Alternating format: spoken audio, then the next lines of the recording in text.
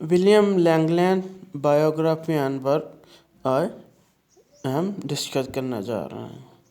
जो William Langland है वो 1330 को वो पैदा हुए एंड अराउंड 14 को उनकी डेथ हुई। ये कोई कन्फर्म नहीं है। वो एक मिडिल एज के एक अहम राइटर थे, यूनी एंग्लो नॉर्मन एज के या मेडिवल एज के। तो ये कहा जाता है कि जो विलियम लैंगलैंड है ये कैलगरी मोरटाइमर में वो पैदा हुआ, क्योंकि इनके बायोग्राफी के बारे में ज़्यादा कुछ मालूम नहीं है। ये बहुत पहले के राइटर हैं। William Langland died in Shipton under Washwood, and William Langland got education from R.G.S. Worcester, जो कि कोई एजुकेशन का अदारे का नाम है। And John Gower and Geoffrey Chaucer was contemporary of William Langland यूनी। ये दोनों जॉन गोवर जॉफ्री चूसर इसके ही ज़माने के थे। कंटेम्परेरी होता है एक ही ज़माने के, तो वो दोनों इसके ज़माने के ही थे। तो जो इसका स्टाइल है पोइट्री का वो एलिटरेटिव स्टाइल है। लिखने का जो स्टाइल है विलियम लैंगलैंड का वो एलिटरेटिव स्टाइल है।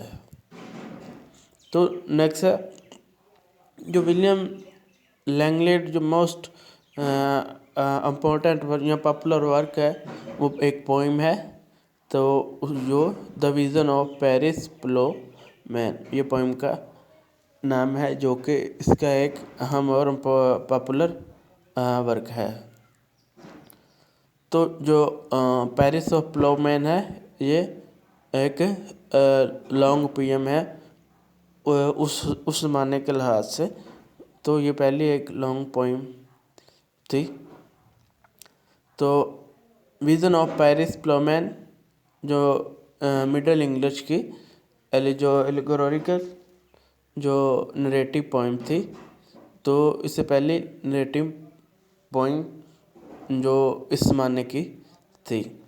तो ये राइम एलिटरेटिव जो राइम में लिखी गई है।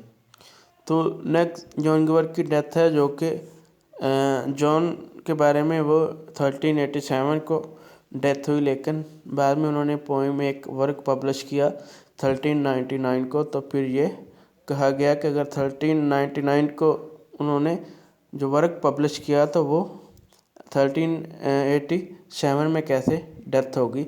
तो बाद में ये कहा जाता है कि अनकरीब उनकी डेथ जो 14 में हुई है एक अंदाजे के मुताबिक। ये भी कोई करेक्ट नहीं है, क्योंकि इनकी बायोग्राफी के बारे में इतना कुछ मालूम नहीं है।